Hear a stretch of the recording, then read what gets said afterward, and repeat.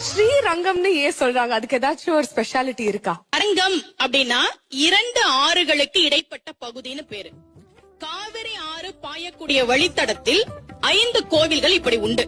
கர்நாடகால இருக்கக்கூடிய ஸ்ரீரங்கப்பட்டணம், திருச்சியில இருக்கக்கூடிய ஸ்ரீரங்கம், தஞ்சாவூர்ல இருக்கக்கூடிய அப்பாலரங்கம், கும்பகோணத்துல இருக்கக்கூடிய சாரங்கபாணி கோவில், திருவாரூர்ல இருக்கக்கூடிய பரிமள ரங்கநாதர் கோவில். இப்படி காவிரிக்கும் கொள்ளிடத்திற்கும் நடுவே இருக்கக்கூடிய அரங்கம் ஸ்ரீரங்கம். ரங்கநாதருக்கு பேரே நம்பெருமாள்.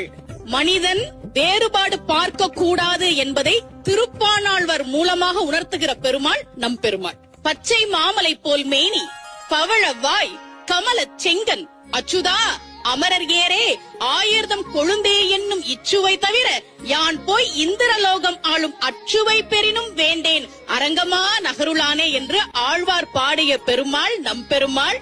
அங்கதான் கம்பர் முதலில் கம்பராமாயணத்தை அரங்கேற்றம் செய்தார். ஸ்ரீரங்கம் ரங்கநாதர் தன்னுடைய தங்கை சமயபுரம் மாரியம்மனுக்கு ஒவ்வொரு வருஷமும் ஆடி மாதம் சீர் அனுப்புவார்.